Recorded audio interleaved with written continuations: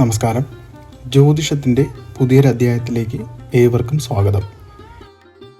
ഇന്നത്തെ വിഷുബലത്തിൽ തിരുവോണം അവിട്ടം നക്ഷത്രത്തിൽ ജനിച്ചവരുടെ 2025 വിഷുബലവുമായി ബന്ധപ്പെട്ടാണ്.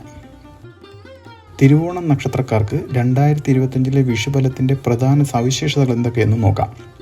ഏപ്രിൽ 14 തിങ്കളാഴ്ച മേടമാസം 1-ാം തീയതി സൂര്യൻ മീനൻ രാശിയിൽ നിന്ന് മേടത്തിൽ പ്രവേശിക്കുന്ന സംക്രമണമാണ് വിഷു. ഇത് രാപ്പകൽ തുല്യതയുടെ സൂചകമാണ്. തിരുവോണം നക്ഷത്രം കർക്കടക രാശിയിലാണ് സ്ഥിതി ചെയ്യുന്നത്. സാധാരണയായി ഈ നക്ഷത്രത്തിൽ ജനിച്ചവർക്ക് ജീവിതത്തിലെ സ്ഥിരത, കുടുംബ ബന്ധങ്ങൾ, സാമ്പത്തിക സുരക്ഷ എന്നിവയിൽ ശ്രദ്ധ കേന്ദ്രീകരിക്കാറുണ്ട്. 2025 വിഷുബലവുമായി ബന്ധപ്പെട്ട് ഇനി പറയുന്ന ഫലങ്ങൾ പ്രതീക്ഷിക്കാം. പൊതു ജ്യോതിഷ നിയമങ്ങൾ അടിസ്ഥാനമാക്കിയുള്ള വിലയിരുത്തലുകളാണ് തുടർന്ന് കാണുന്നത്. ജോലിയും വ്യവസായവുമായി ബന്ധപ്പെട്ട കാര്യങ്ങൾ നോക്കുമ്പോൾ പുതിയ പദ്ധതികൾക്ക് അനുകൂലമായ കാലഘട്ടമാണ്. സഹപ്രവർത്തകരുടെ സഹായത്താൽ ലക്ഷ്യങ്ങൾ സാധ്യമാകും.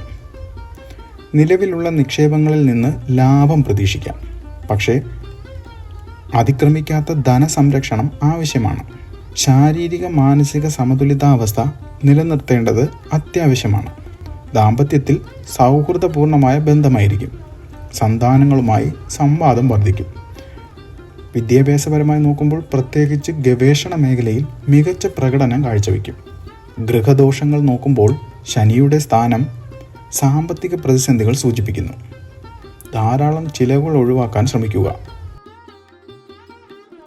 യാത്രാ തടസ്സങ്ങൾ ഒഴിവാക്കാൻ ശുഭമുഹൂർത്തം പരിഗണിക്കുക. തിരുവോണം നക്ഷത്രക്കാർക്ക് സർക്കാർ ഉദ്യോഗങ്ങളിൽ വിജയമുണ്ടാകും. സാമൂഹിക അംഗീകാരവും ലഭിക്കും. സാഹസിക പ്രവർത്തനങ്ങൾ ഒഴിവാക്കി സുരക്ഷിതമായ തീരുമാനങ്ങൾ എടുക്കുവാൻ ക്ഷമയുണ്ടാക്കുക.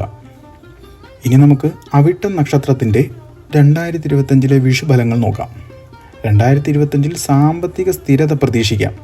നിലവിലുള്ള നിക്ഷേപങ്ങൾ, കൃഷി, വ്യാപാരം എന്നിവയിൽ നിന്ന് ലാഭം ലഭിക്കും. പക്ഷേ വർഷത്തിൻ്റെ 2-ാം പകുതിയിൽ ചില സാമ്പത്തിക ബുദ്ധിമുട്ടുകൾ ഉണ്ടാകാനുള്ള സാധ്യത കാണുന്നുണ്ട്. പണമിടപാടുകളിൽ ജാഗ്രത പാലിക്കുക. ബന്ധുക്കളുമായുള്ള പങ്കാളിത്തം ഒഴിവാക്കുന്നതാണ് അവിട്ടം നക്ഷത്രക്കാർക്ക് നല്ലത്. ജോലിയിൽ സ്ഥാനക്കയറ്റവും പ്രശംസയും ലഭിക്കാനുള്ള യോഗമുണ്ട്. ദീർഘകാല പദ്ധതികൾ സഫലമാകും. പുതിയ ബിസിനസ് തുടങ്ങാൻ അനുയോജ്യമായ കാലമാണ്. എന്നാൽ ചില തടസ്സങ്ങൾക്ക് തയ്യാറായിരിക്കുക. കുടുംബത്തിൽ സമാധാനപ്രദമായ അന്തരീക്ഷം നിലനിൽക്കും. സന്താനഭാഗ്യം ലഭിക്കാൻ സാധ്യതയുണ്ട്. ആരോഗ്യം പൊതുവെ നല്ലതായിരിക്കും. എന്നാൽ ക്ഷീണം, ദഹന പ്രശ്നങ്ങൾ എന്നിവയിൽ ശ്രദ്ധ കേന്ദ്രീകരിക്കുക. വിദേശത്തുള്ള കുടുംബാംഗങ്ങളുമായുള്ള ബന്ധം മെച്ചപ്പെടും. ഔദ്യോഗിക ആവശ്യങ്ങൾക്കായി യാത്ര ചെയ്യാനാകും. ഗുരു, ശനി എന്നീ ഗ്രഹങ്ങളുടെ സ്ഥിതി സാമ്പത്തിക വളർച്ചയെ പിന്തുണയ്ക്കും.